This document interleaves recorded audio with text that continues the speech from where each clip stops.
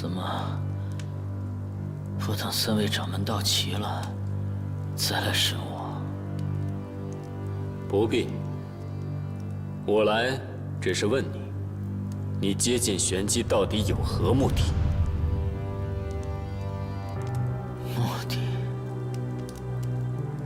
交友随缘平心，合则来，或平淡如水，或情投意合，或同生共死。浩辰师兄，你难道就没有朋友吗？你觉得这当中有什么样的目的？莫要跟我油嘴滑舌。你难道不是特意接近玄机，怂恿他，蛊惑他去寻60？你诱他生痴念，罔顾是非，你算得了什么朋友？玄机他是人，他渴望同常人一样的感受，可你却不让他有人该有的感受。我想问你，你的目的是什么？玄机身为守境者，此乃天命，无情无欲，本就是他的命格，亦是天下之福。而你却教他强行扭转命格，让原本单纯的他陷入无端的烦恼和执念之中，还说自己不是目的不纯。说，你到底冲什么而来？又知道些什么？我不知道你在说什么。什么天命命格？玄机的人生应该由他自己去选择。你没有这个资格，也没有权利去替他决定。你还要骗我到什么时候？这么多年，我浑浑噩噩，不知自己身在何处，从何而来。我没有名字，因为你不敢提起；我没有家人和朋友，因为你生怕我找到一丝一毫自己的来处。你告诉我，你为什么要这么做？司凤他就是无辜的，他根本就不是妖。你就那么信他？对，我就是相信他，我就是相信他。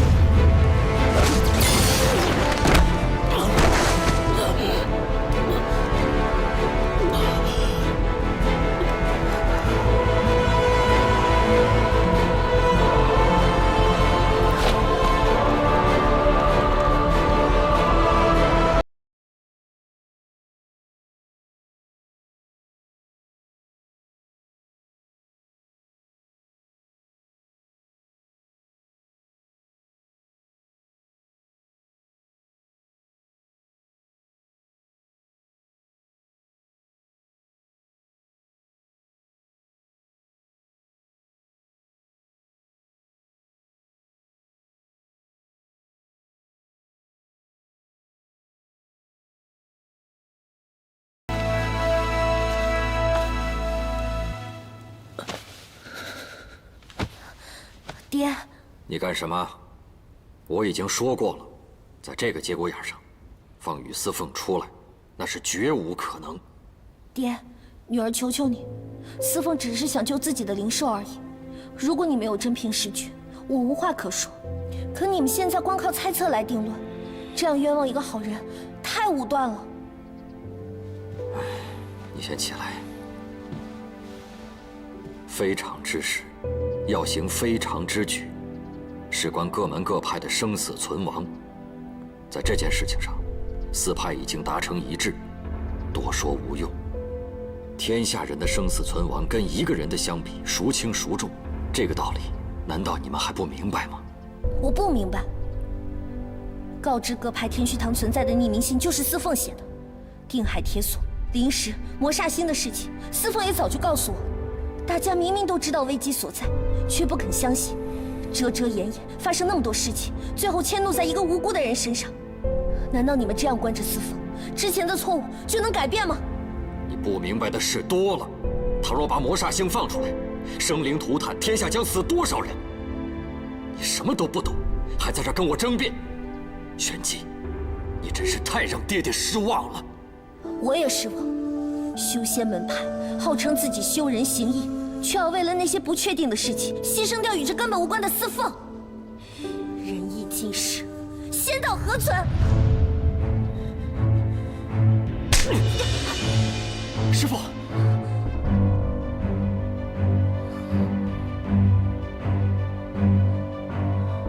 对就是对，错就是错。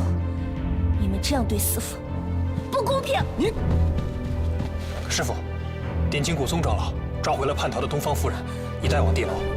荣谷主请师父过去。东方夫人，东方夫人，她一定知道浮鱼岛潜藏的妖是谁，一定可以证明司凤的清白。可，东方夫人已指认司凤，说她就是天虚堂的妖族，是他们的同谋。你说什么？不可能！我要去问个清楚。玄机，玄机，师父，先把他关起来。你们让我说什么呀？我都说了，他是妖。天虚堂。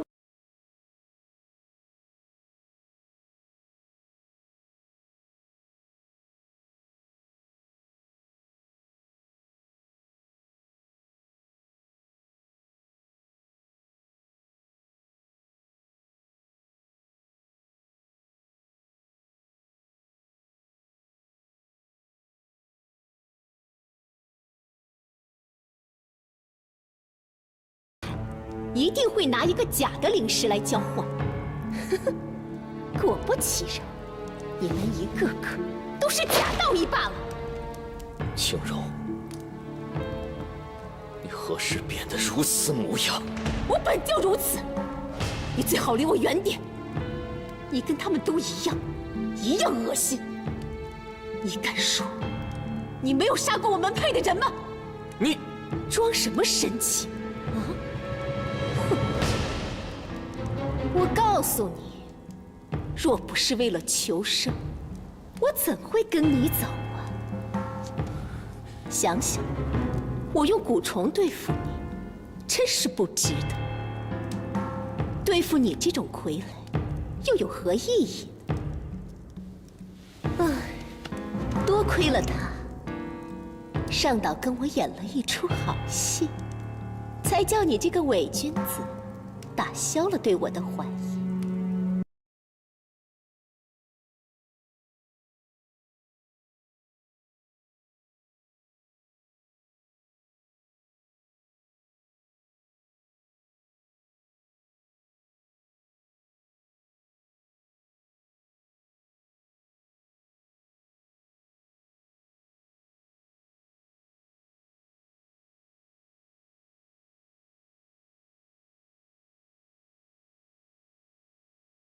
谁疯了？你才疯了呢！他是妖，大家都不要信他，跟欧阳统都是一样的，无情无义、翻脸不认人的妖。我帮了他这么多，他拿了灵石就把我抛弃了，全是假的。天虚堂的妖都该死，你也一样。大不了，我们大家一起死。给我！别碰青柔！司凤，司凤，吕司凤，阎罗丁还牵制不住你吗？等等，这是妖师之毒，我刚刚看得分明，司凤只是为了夺下毒液，并不是要灭口。是啊，我告诉你们，我就是要把你们都杀了，他才会觉得我有用，才会回来接我。哼！可是你们为什么不去死啊？为什么？你们都应该去死！去死！去死！青柔，你在干什么？你醒醒吧！你放开我！放开我！你疯了吗？放开我！来人，把夫人带下去！你放开我！你清醒一点！他一定会回来接我的，他会回来接我的！放开我！放开我！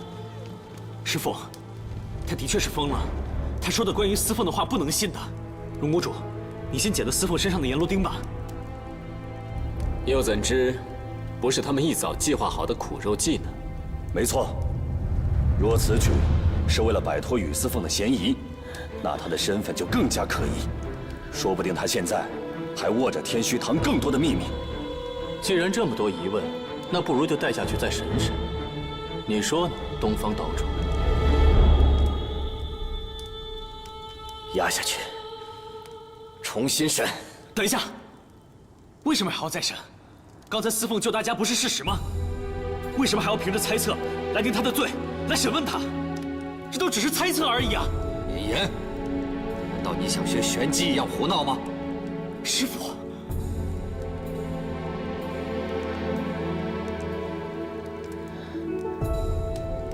免，没用的，你不必牵扯进来。司凤。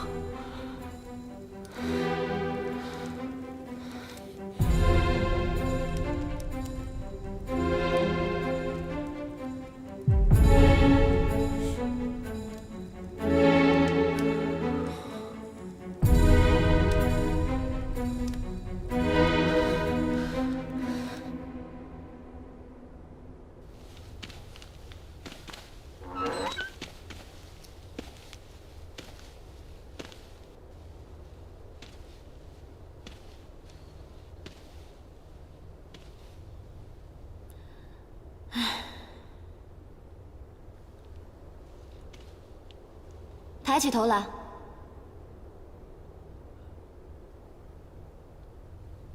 玲珑，你是谁准你叫我名字的？只有梧桐哥哥可以。如果你要是不知好歹，我就把你的眼睛挖下来，把你的舌头割掉。来人！你干嘛？看在你老实体面的份儿上，就选你做我的人奴吧。给他戴上。这，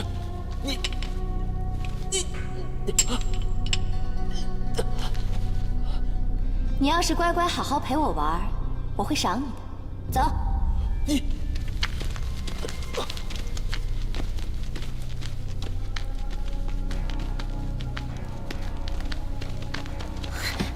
玲珑，这里是我啊！原来你在这里混得这么开啊！那你赶紧放我出来！怎么现在谁都敢叫我的名字？你这不知死活的小半妖都不知道从哪儿冒出来的，还敢让我放你出去？不是吧？你不记得我了吗？哎，你可别不仗义装不认识啊！亏我还好心带你师兄来这里找你，我是因为你才沦落此地的。做人是要讲良心的。啊，没时间听你这儿东拉西扯。走。喂，你别走啊！你真不记得我了？我爹是柳一欢啊，就是那个开天眼的怪老头啊！你怎么就不记得我了？天虚堂下一个目标，不是离泽宫便是点金谷，不能再被他们耗下去了，必须找出他们的计划。我看着雨司凤是在刻意拖延时间，可如何用刑都撬不开他的嘴。诸位，以为该当如何？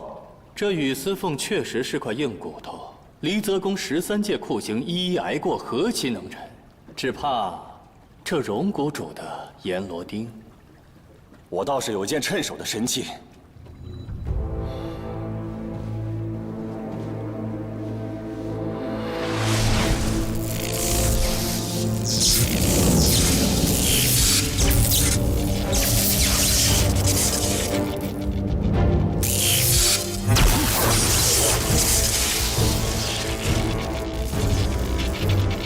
打妖鞭乃是我点金谷祖师爷所传，只需诸位与我合力，开启这打妖鞭的神力，打那雨司凤3鞭之后，便能立刻叫他显了妖形。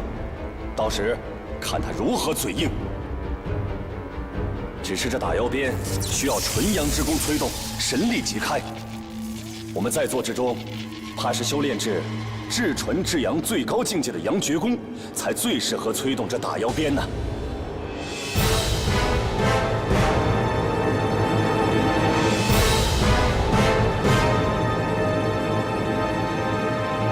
既是如此，晚辈愿当效劳。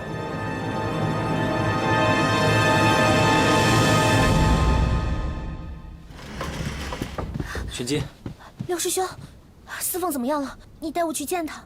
玄机，师父有令，不准你出去捣乱。可是他们污蔑他是妖啊！可是我们劝不动长辈们，事情怎么就到了今天这个地步？劝不动长辈，那我自己去救他。你不需要和长辈作对。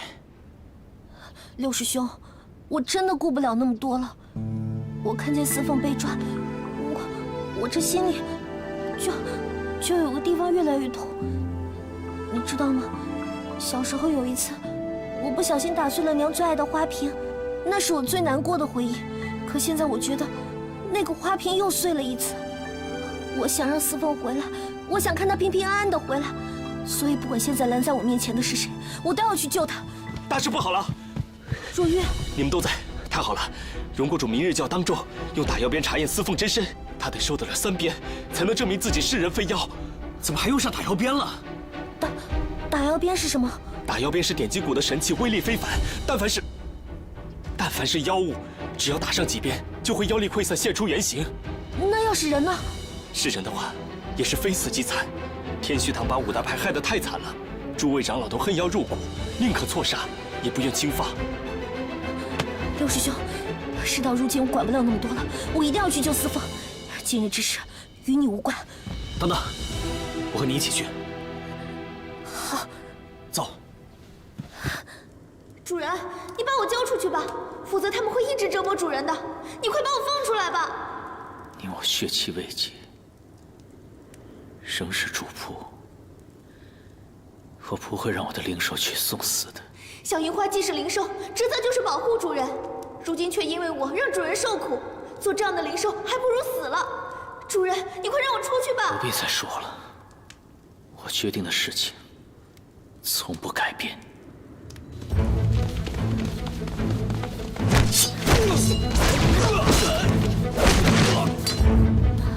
分头行动。好，走。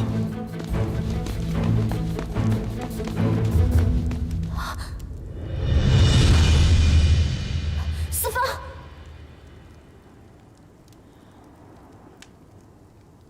玄机，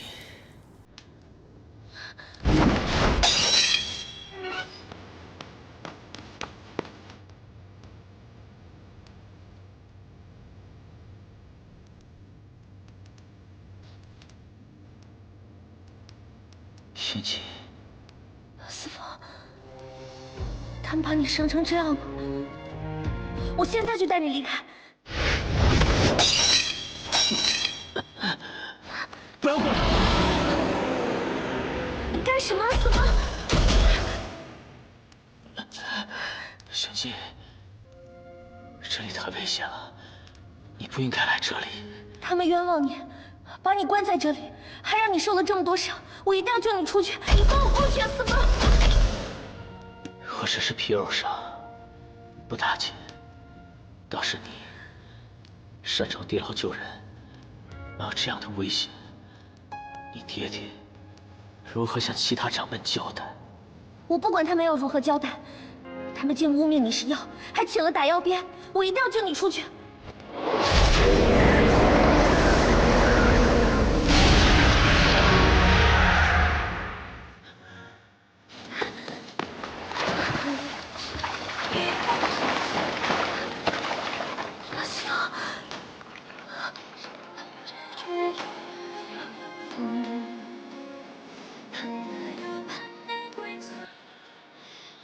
玄机，你相信我吗？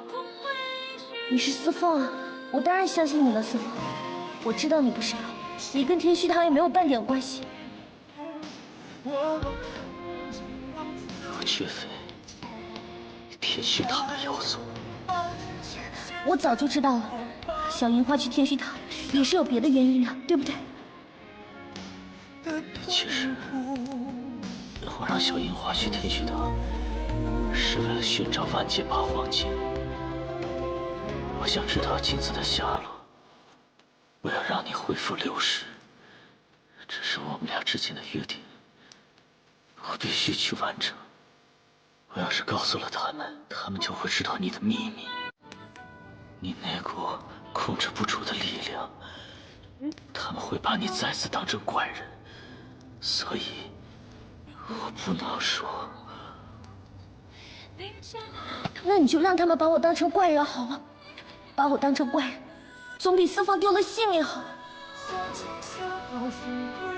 我就算说了，他们也不会相信。何况，我不能让你成为他们的谈资。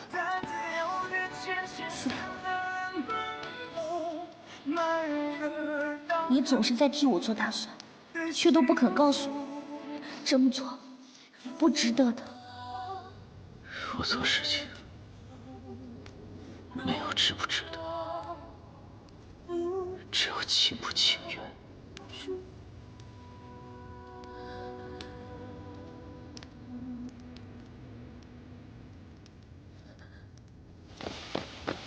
司凤、玄机，师傅来了，快走！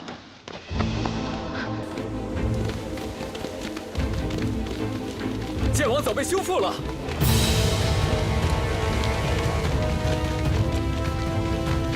于司凤，玄机，把剑放下！我说把剑放下，你听到没有？爹爹，师兄，司凤他不是妖，你们不能用打妖鞭罚他。师傅，现在真相未明，用打妖鞭罚得太重了，还请各位尊长开恩啊！你们劫狱在先，还想要我们开恩？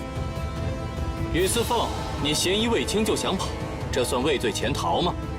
诸位掌门、前辈，我与司凤与妖确无半点瓜葛，请相信我，也不要为难玄机他们。你是不是妖，明日自见分晓。但你怂恿他人劫狱，就是你做贼心虚了。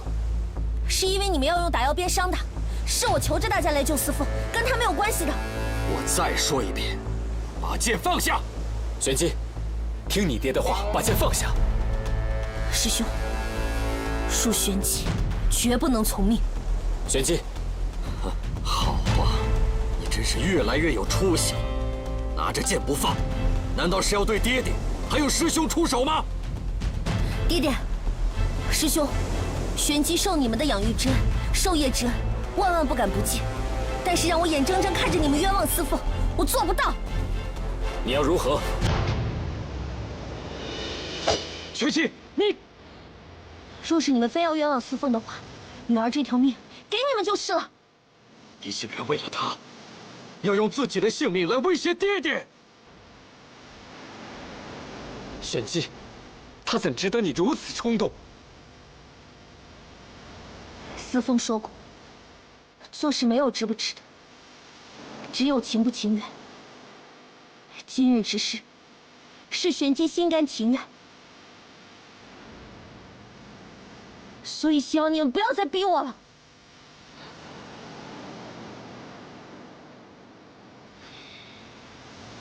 玄机，今日你为我所做的，我很高兴，但你不要伤了你爹和师兄的心。3级打妖鞭而已，我受得住。我说过，会帮你寻找6世人，无论如何我都会做到。放心，我肯定死不了。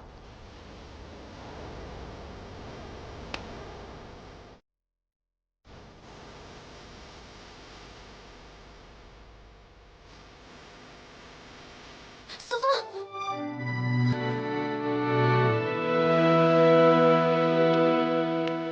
来人，给妖头！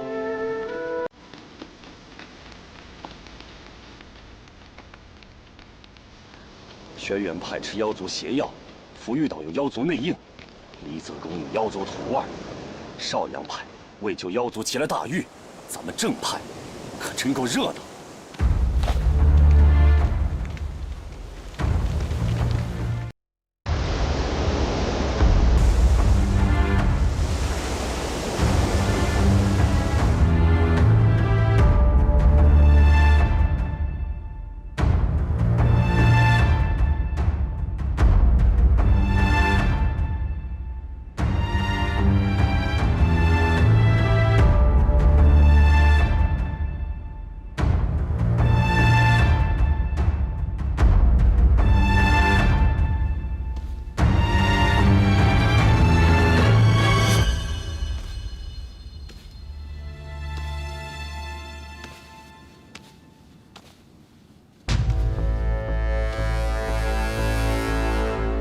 近日，妖魔横行，作恶累累，更在光天化日之下强攻福玉岛，杀我仙门弟子，夺我仙门宝物，天下势如累卵，岌岌可危。我等身为仙门正派，便该斩妖降魔，维护天道。敢问诸位，是也不是？是。然妖族狡猾，修炼成人形实难分辨，防不胜防。我等既要除妖，便当先行自查，再推己及人。今有离泽宫弟子宇思凤，与天虚堂妖魔勾结，祸乱正道，理应诛之。可我仙门行事，向来以理服人，无铁证则不能滥杀。是以，今届打妖鞭验明正身。若宇思凤能挨得3记打妖鞭，自证清白，那便罢；否则打妖鞭下，妖形毕现，当就地正法，绝不姑息。就地正法，绝不姑息。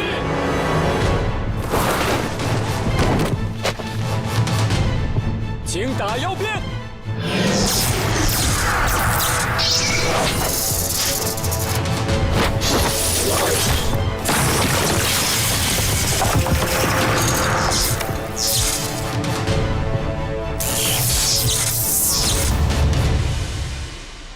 师兄，师兄，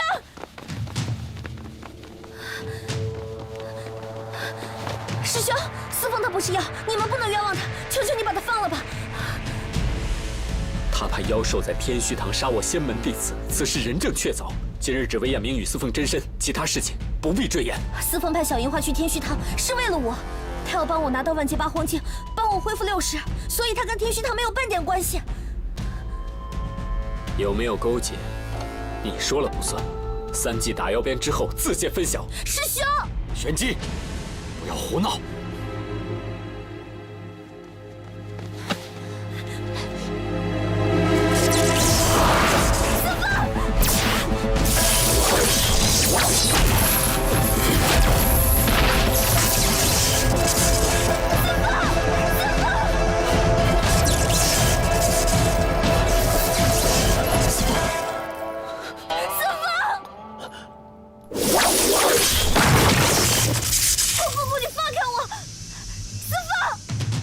若欲请诸位掌门，还请收了打妖鞭吧。宇思凤，说，你是不是妖？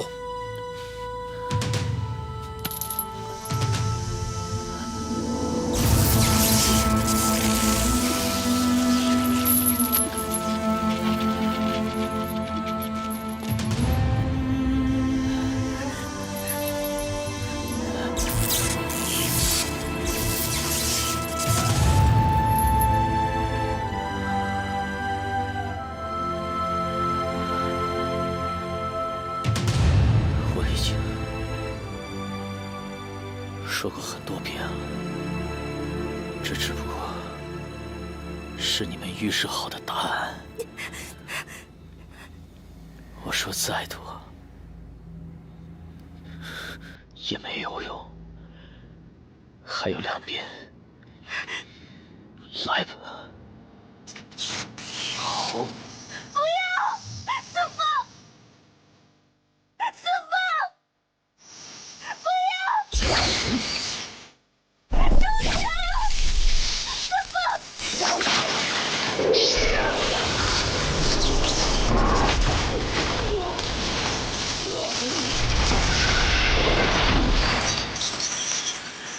住手！司凤！已经打了2遍了，他是妖的话，司凤早就现形了。如果再这么打下去的话，他会死的。司凤，司凤，师父，求您开恩啊！是啊，掌门，已经2鞭了，也没有妖的痕迹，不如就算了吧。再打第3鞭，只怕会出人命啊！各位掌门，你们看，还要打这第3鞭？说好了3鞭就是3鞭，没有随便更改的道理。即便他不是妖，至少他还藏着异妖，不把妖交出来，还是该打。既然已经说定了，就不用再犹豫了。周公主，你的意思如何？黎泽公从不偏私，闲言闲语倒是会麻烦。要打就打吧。说，你是如何与妖勾结的？早些说出来，也免得灰飞烟灭。我要是告诉了他们，他们就会知道你的秘密。你那股控制不住的力量，他们会把你再次当作怪人。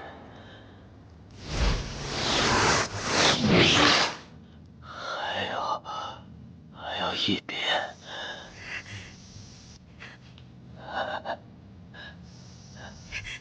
没有值不值得，只有情不情愿。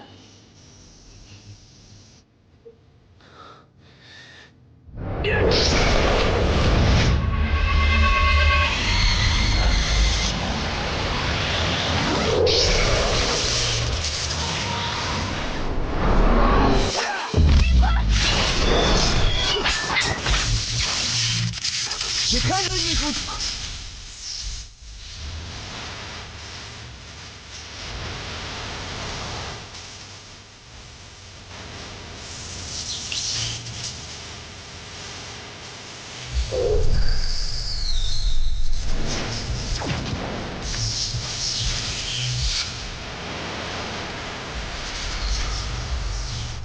玄机，不要！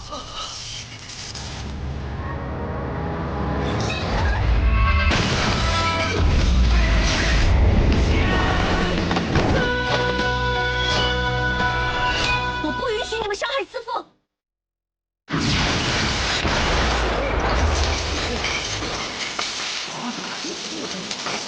这是奶油片。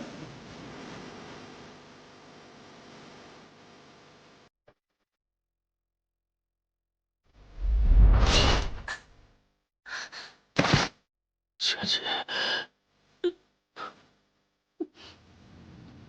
楚玄机，难道当真是你？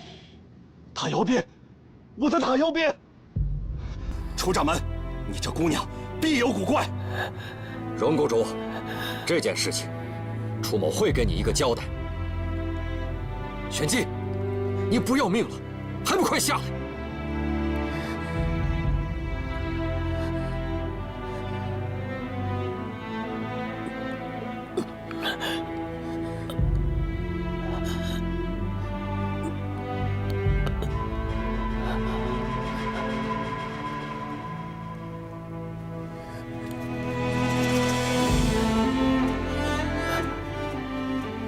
有了司凤，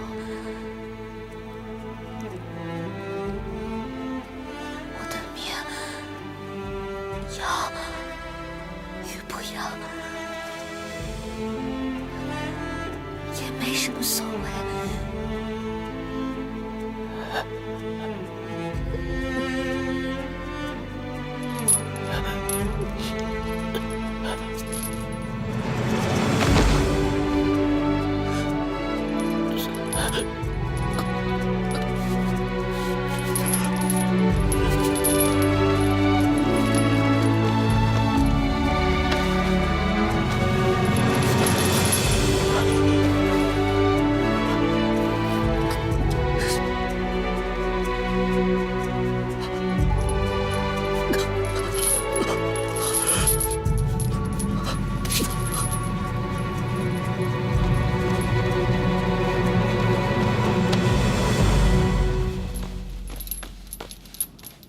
你以为打妖鞭毁了，你就平安无事？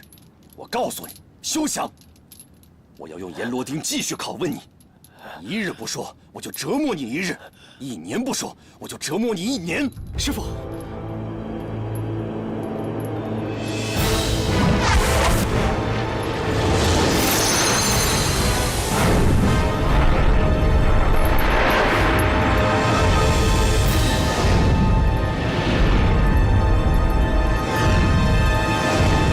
谁敢动我的徒儿？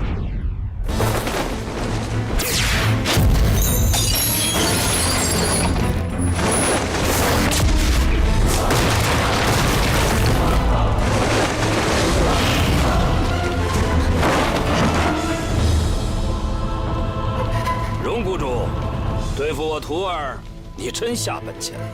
不知离泽宫公主驾到，我等有失远迎。别假惺惺的了，我要再晚来半步，我徒儿就被你们杀死。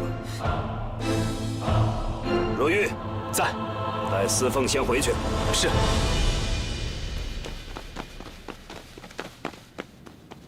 司凤，司凤，走。公主稀客，公主有所不知，高祖实在是有与妖族为伍的嫌疑。你是说他杀小妖灭口？你们看看这个是什么？这只小妖用暗器行凶后要逃，在岛上被我撞见。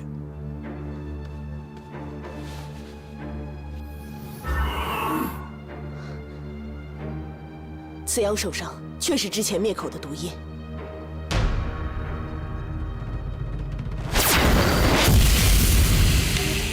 你们真是好本事啊！当我离慈宫的人都死了吗？公主也不必动怒，即便令徒与灭口之事无关，可他派灵兽在天虚堂杀我仙门弟子，那是证据确凿。带上来。这就是你们说的那个被杀的仙门弟子，你们看清楚了，到底是死还是活？绵延，你认认。怎么会这样？你不是死了吗？我亲眼所见。我那日确实中了一刀，晕了过去，可不久后醒来，发现自己躺在山后的乱葬岗上。他是中了我离泽宫的秘术，刺奇穴，伤人以致假死。我徒儿将这法子传给了他的灵兽，才避开了天虚堂，救了你性命。可笑的是，你们这些长老们个个愚蠢至极，偏偏自以为是恩将仇报，冤枉我徒儿杀人。带下去。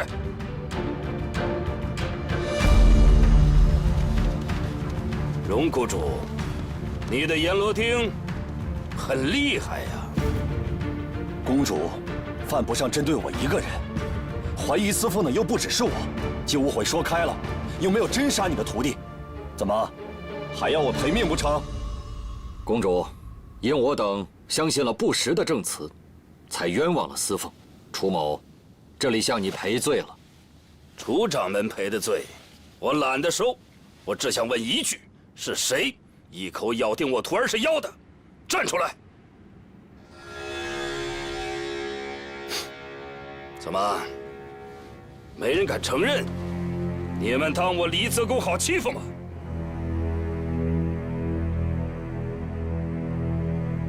好，你们不说，那我就用点睛谷的阎罗钉比比口供。东方青旗，你还闷声到什么时候？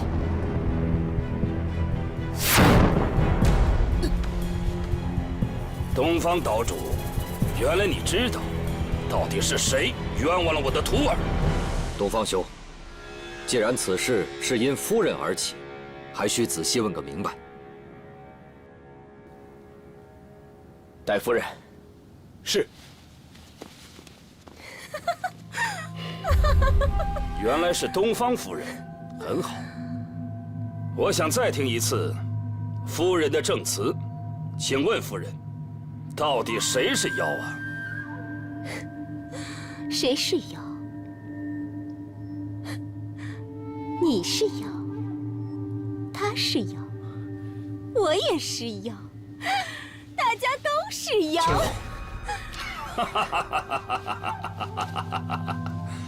你们就是因为这个疯女人的话，才折磨我徒儿。她说诸位都是妖，那是不是要把诸位都关进地牢，尝一尝阎罗钉的滋味？公主，青荣今日神志恍惚，请你不要迁怒于他。迁怒？东方岛主是你的夫人，差点害死了我徒儿，现在又装疯卖傻的，我看他才是最有嫌疑勾结妖的人。你们是碍于东方岛主的面子，才不敢审问的是吧？好，让我来。公主，手下留情。你们折磨我徒儿的时候不心软，我对你夫人也绝不会心软。我看你敢！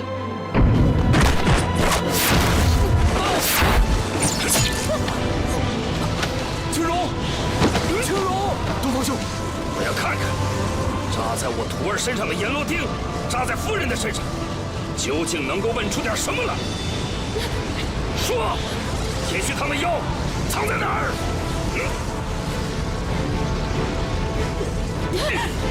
不周山，我只知道他们在不周山。你们听见了没有？你们要的答案在夫人的脑子里，你们却一个劲儿地折磨我徒儿，真是一群酒囊饭袋。我们走。秋荣，秋荣，你忍着点儿。我怎么这么疼？怎么这么疼呢？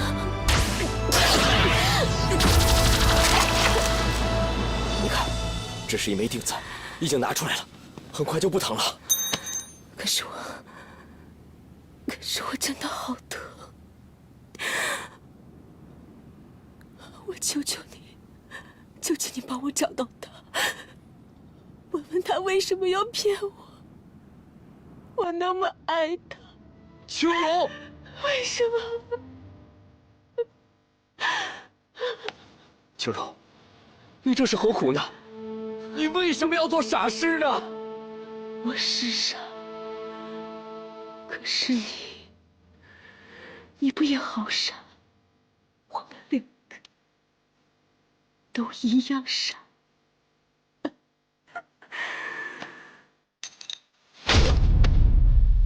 秋荣，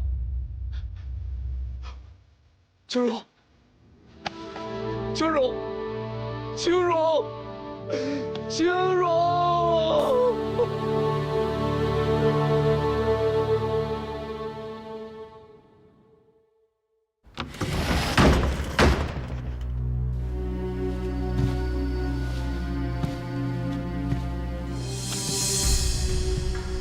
师兄这么晚找我，真是稀奇呀。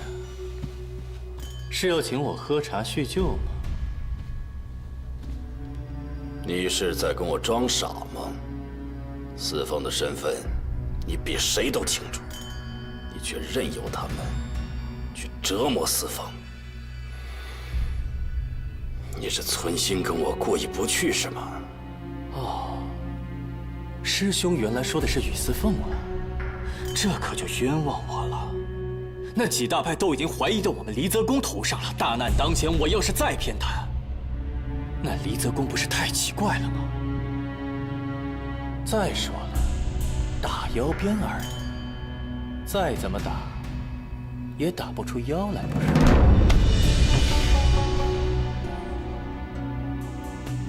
我再警告你，你若毁了四凤，我便毁了你。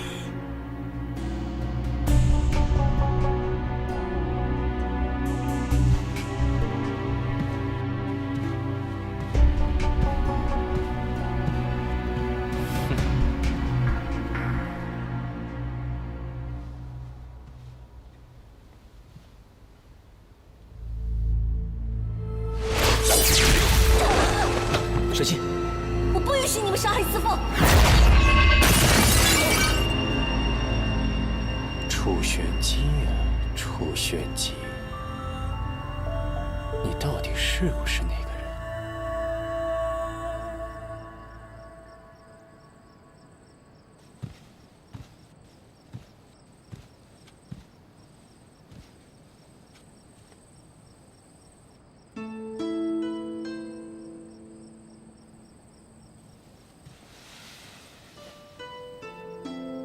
四凤，你好些了吗？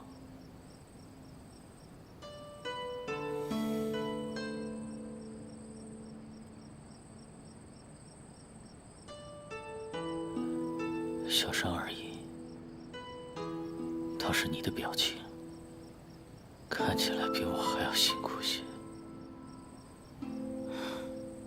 之前我误会了你，愧对你这个朋友。这不怪你，你亲眼见到小樱花伤人，换作是我也会怀疑的。即便如此，你不是还是冒险来救我了。这多亏了玄机，是他一直信你，一直在想办法救你，甚至不惜把性命也搭进去。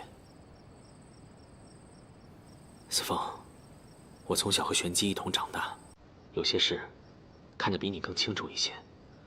玄机他对你真的很特别，这还是我第一次见他如此激烈，几乎都快要跟师父决裂了。他从未如此，这都是为了你。我看得出来，你在玄机心中是独一无二的。我就是觉得这些话你应该知道，所以就来告诉你。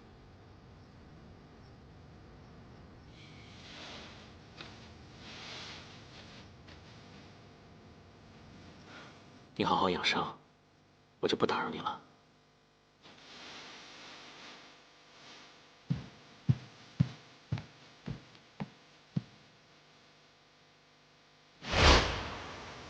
玄机，你今日之事，是玄机心甘情愿。闭关！要是没有了司凤，我的命要与不要也没什么所谓。明明玄机所做已足够证明一切，我却只计较那些细枝末节。于司凤啊，于司凤，你真是庸人自扰。为什么这么傻？你可知，若师兄今日亲手伤了你，师兄心里该有多难过？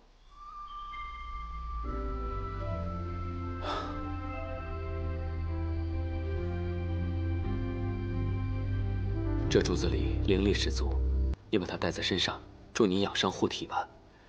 以后不许为了不相干的人做出不要命的事来。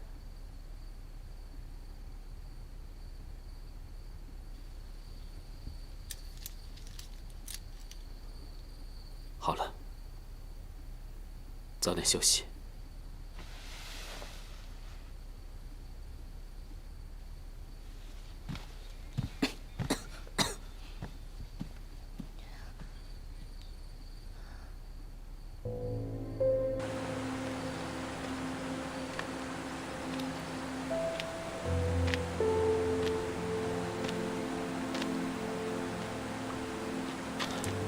帝君，不得了了，了不得了！天帝邀您同赴西王母的瑶池宴，小仙好不容易找尽了各种由头，才帮您搪塞了过去。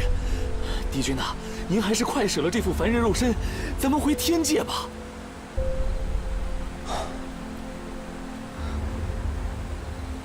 我还不能回去啊！帝君，你……玄机已被俗世之情乱了心境，竟连我的话也不听了。有爱故生忧，有爱故生怖。他这样下去，只怕又要失控，生出戾气，堕入魔道。现在我不能撒手不管，他的这段孽缘，必要替他断了。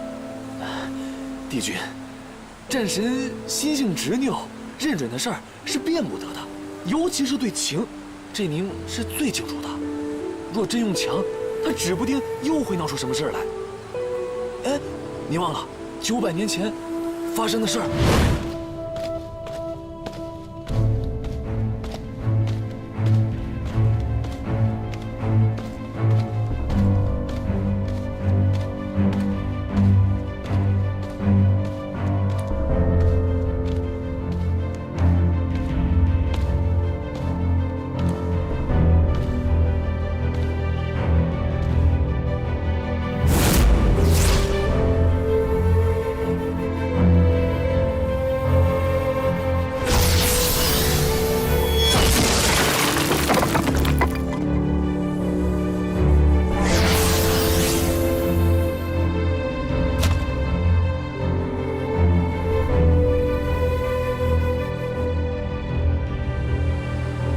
自从战神毁了自己的命柱，就开始戾气大生，直到犯下大错。你说的对，他性子执拗，从前如此，现在也是。也许我本应顺应其事而为之，罢了。世间大道千万条，渡他，又何止一个办法？他想要情，我便用情渡他，又如何？帝君，只要他安然度过此生，免三界于危难，何事不可为？帝君，您这是要……昨日我师父传来一卷有情诀的残卷，说无情诀已无法压制秘境。既是如此，无情诀既行不通，那我便与他共修有情诀。啊，所以帝君您才把良缘花送给了玄机。原来帝君您是用定情之物攻心的。那您当真只是为了诊断他这段孽缘吗？司命，本君下凡，从来都只有一个目的，带他回去。小仙知道。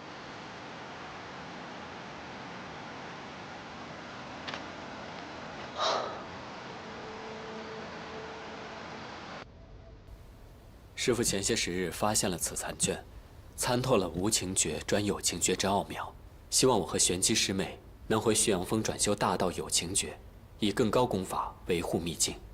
好啊！哎呀，这是好事啊！衡阳兄长叹，恐此生踏错，终难悟大道。你和玄机身为他的弟子，为他解开心结，又能保护秘境的周全，一举两得呀。只是，这同修有情诀者，需心神相牵，休戚与共。我知道旭阳峰有许多前辈修有情诀者，皆结为仙侣。那你和玄机？掌门师叔，我与玄机师妹朝夕相处，共同修行，情谊自也由此而生。玄机师妹至真至纯，后尘亦愿为侣为伴，守护玄机师妹此生。望掌门师叔成全我二人。我自然是想成全你们。你跟玄机之间的缘分，连姻缘石都显得灵，可见此事也是天作之合呀。况且玄机这孩子从小到大，他的性子就跟其他人不一样，他的身边呢，早就该有个人去照顾他，去教导他。这个人如果是你的话，我就更开心了。我啊，是真的想促成你们，什么时候让你的师傅来提亲呢？为表弟子诚意，弟子这就回旭阳峰，将家师请来福玉岛，在诸派掌门面前定下我二人婚事。好，好啊。玄机，师父，你醒了，你没事吧？啊，你别乱动啊，师父。我没答案。我让你别动，快躺下，快点。好，我不动。躺下。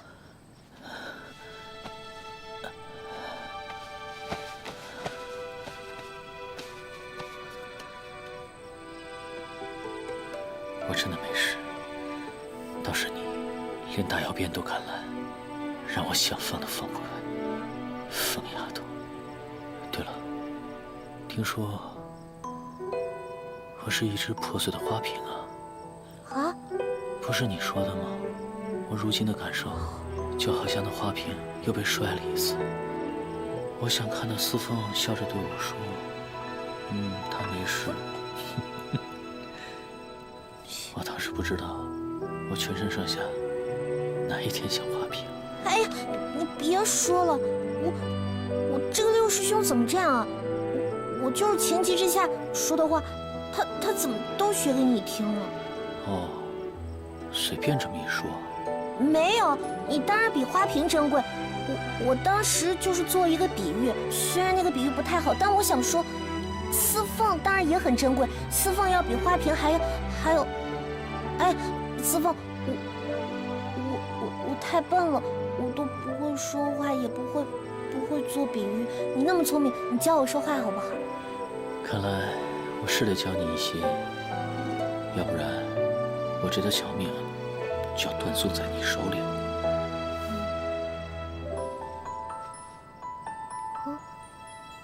我倒是有一件事情真的想要教你，不过不是教你说话，而是叫你慢慢的爱上我，想不想学？这个难吗？不难，就跟剑术和咒法一样，一步一步的循序渐进。那我六式不全，我也能学吗？当然，每个人都能学。不过，你可能需要慢一点，但是我会耐心的教你的。关键是你自己想学。丝凤教我，我就学。那好，那你就得乖乖的听先生讲课。第一课呢，我不要我的名字在你那个本子上。为什么？因为那个本子上的人太多了，恰好我不愿与别人分享。可是我要永远都印在你心里最重要的那个位置。玄机，你听懂了吗？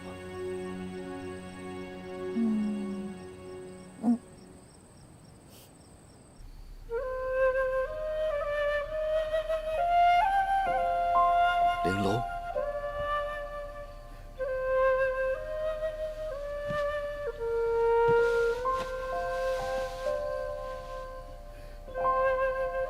玲珑，你是最疼爱玄机的。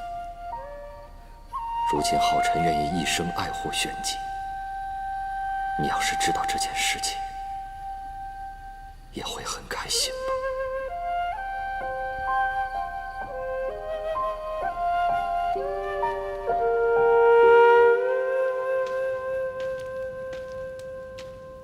星宿长老怎么在这儿？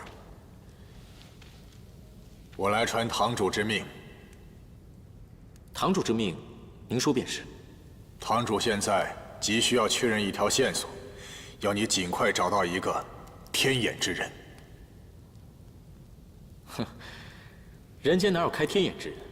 就算有，又上哪儿找呢？长老，这不是在跟我开玩笑？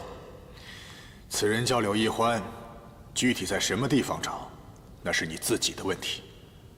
不过我告诉你，堂主可没有耐心多等。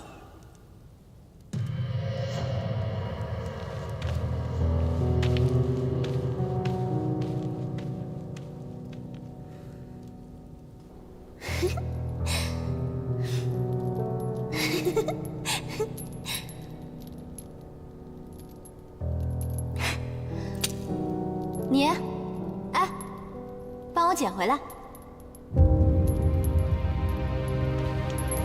哎，等一下，谁说让你走过去的？给我爬过去！你，快点，快点，快点，快点爬呀！快点！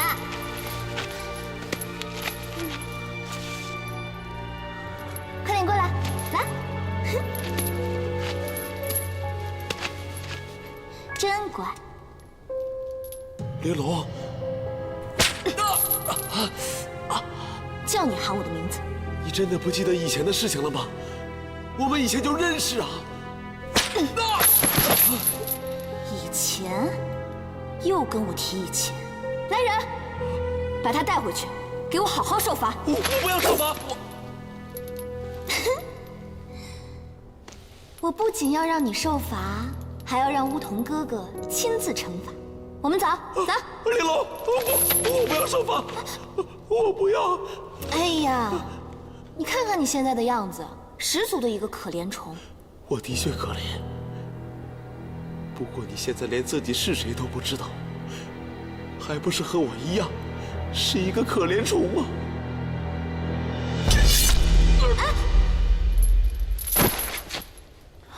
真是莫名其妙。梧桐哥哥，梧桐哥哥，怎么了，玲珑？没什么，就是有个人奴不听话，还胡言乱语的。梧桐哥哥，陪我玩吧。哎，嗯，我现在要找一个叫柳一欢的家伙，没工夫陪你玩，你再找一个人陪你玩啊。柳一欢，这个名字我好像听过。你在哪儿听过？就是在地牢里那个小妖灵，他说他爹爹叫柳一欢，还说什么可以开天眼之类的。真的？嗯。得来全不费工夫啊！原来柳一欢的女儿就在我这儿，太有趣了。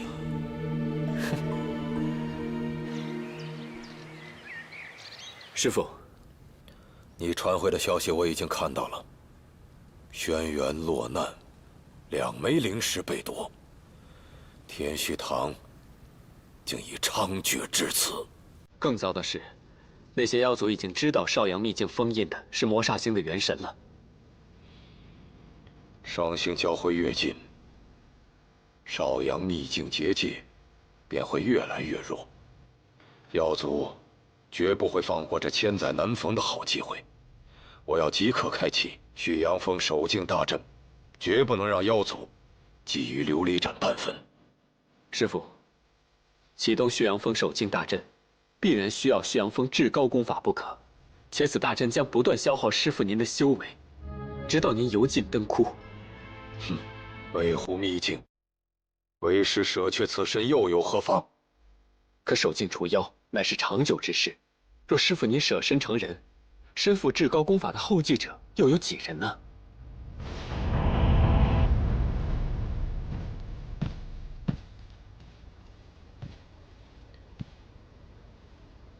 先前为师给你传送的残卷，你都看到了吧？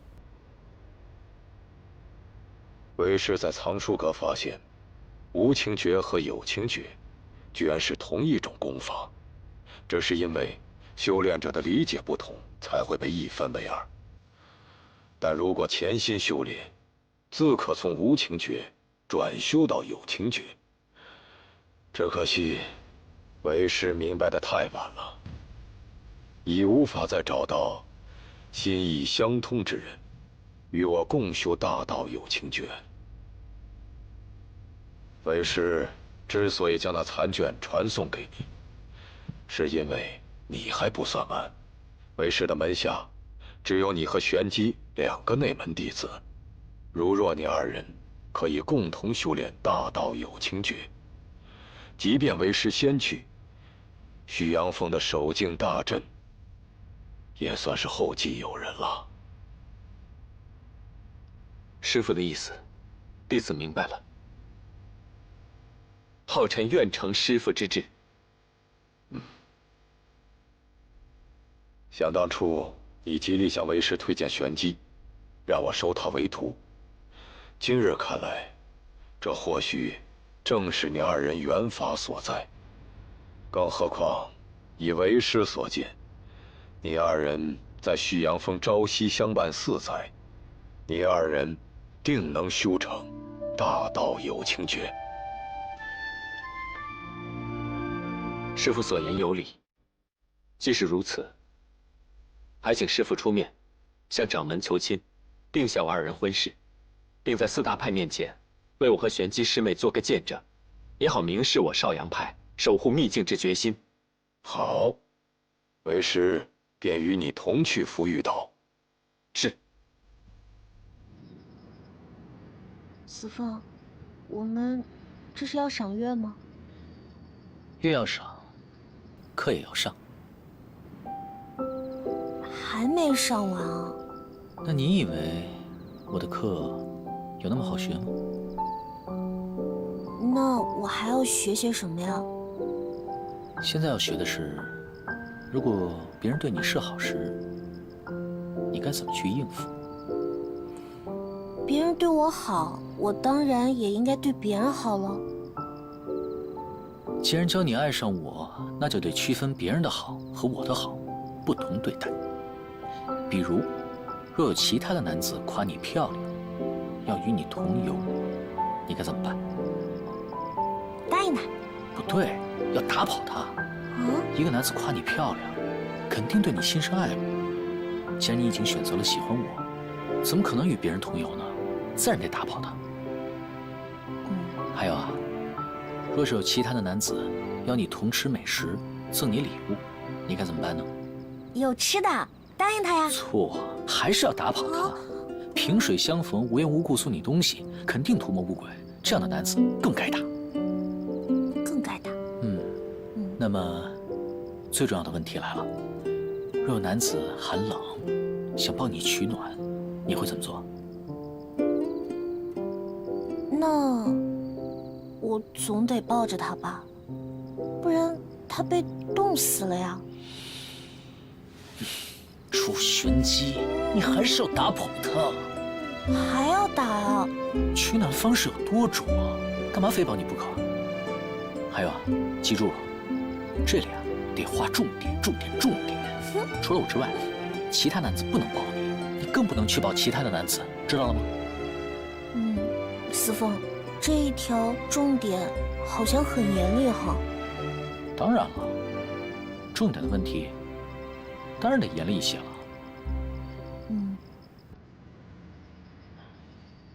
好，下一个问题，若是有一天你爹爹不让你再理我了，打跑他。